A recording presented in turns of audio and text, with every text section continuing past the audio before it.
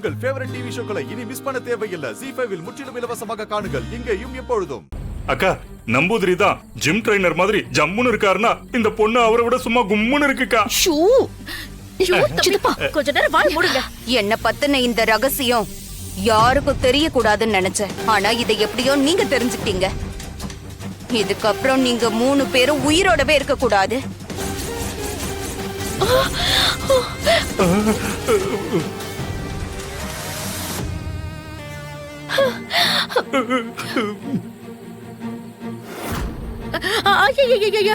உன் சாபத்துக்கு ஒரு பிரேக்க போடுமா?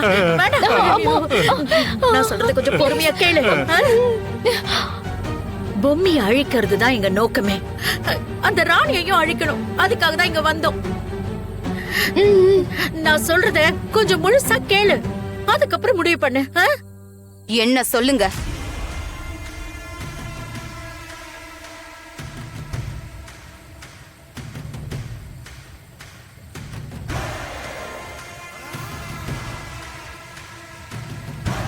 அப்போ உங்களோட நோக்கமும் என்னோட நோக்கமும் கிட்டத்தட்ட ஒண்ணுதான்.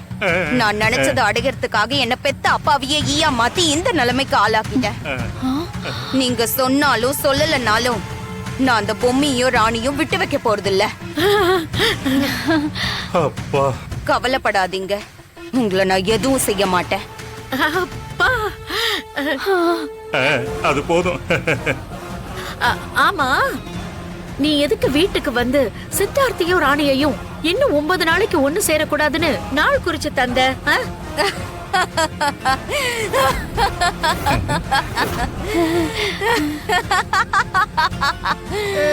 நான் காரணத்தை உங்ககிட்ட சொன்னாலும் உங்களால அதை புரிஞ்சுக்க முடியாது. நீங்க சொல்லுங்க, எங்களுக்கு எவ்வளவு புரியுமோ அதை நாங்க புரிஞ்சுக்கிறோம். சொல்லுங்க. இங்க நடக்கிறதுக்கு எல்லாம் காரணம் அந்த பொம்மையாலையும் ராணியாலையும் சித்திரவதைய அனுபவிச்சுட்டு இருக்க என்னோட கணவனை, அதாவது அகோரிகளோட அதிபதிய வெளியே கொண்டு வரணும்ன்றதுக்காக தான்.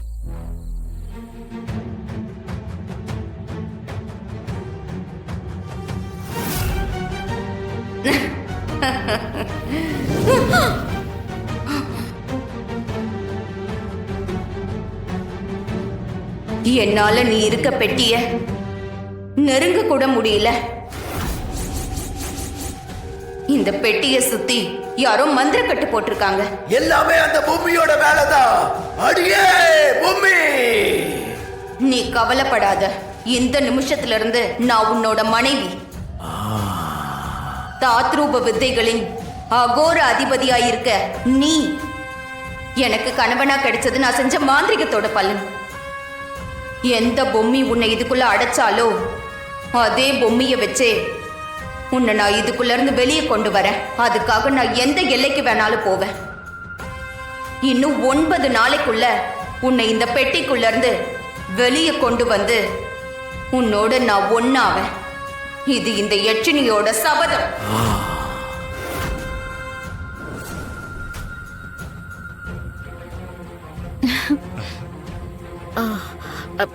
இத பாரு, உன்னோட சபதத்துல நீ ஜெயிச்சு உன் கணவனை வெளியில கொண்டு வரதுக்கு எங்களால என்னெல்லாம் பண்ண முடியுமோ அந்த உதவி எல்லாம் நாங்க செய்யறோம். அதே நேரத்துல உன் சபதத்துல நீ ஸ்ட்ராங்கா இருந்து அந்த பொம்மையோட ஆத்மாவையும் முக்கியமா அந்த ராணி அவங்க 2 பேரும் எப்படியாவது தீர்த்து கட்டிட.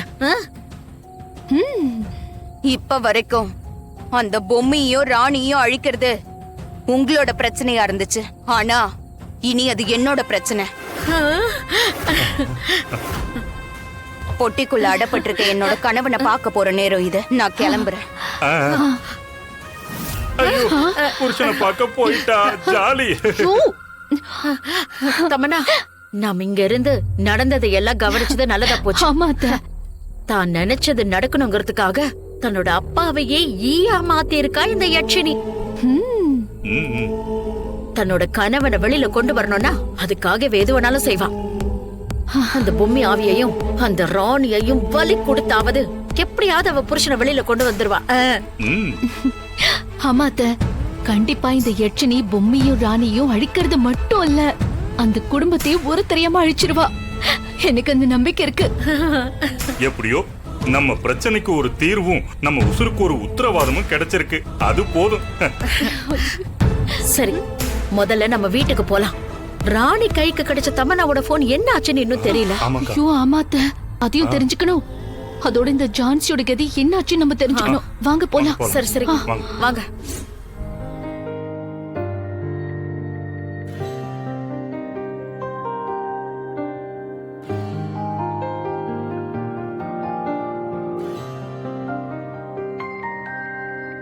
என்னாச்சு?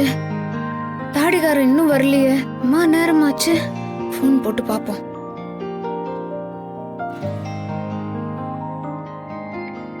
என்னாச்சு? ஏன் தாடிகாரன் ஃபோன் எடுக்கல? ஐயோ, தாடிகாரனுக்கு என்னாச்சு ஏதாச்சுன்னு தெரியலையே.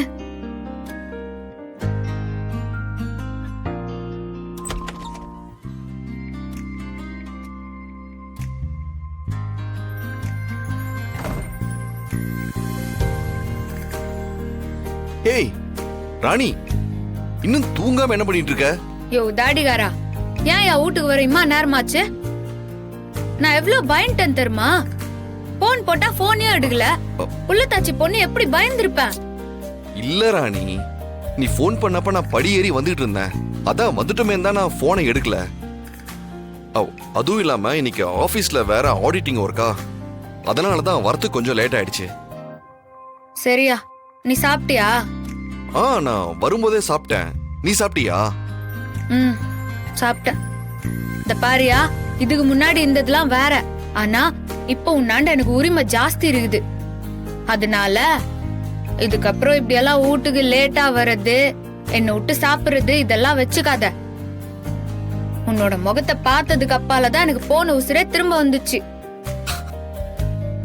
சரி சரி, இனிமேல் இப்படி எல்லாம் நடக்காது மகாராணி. இப்ப நடந்த விஷயத்துக்கு மகாராணி என்னை மன்னிக்கவும். மன்னிச்சு.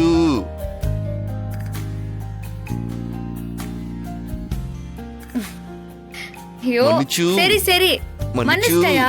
விடு. ஓகே.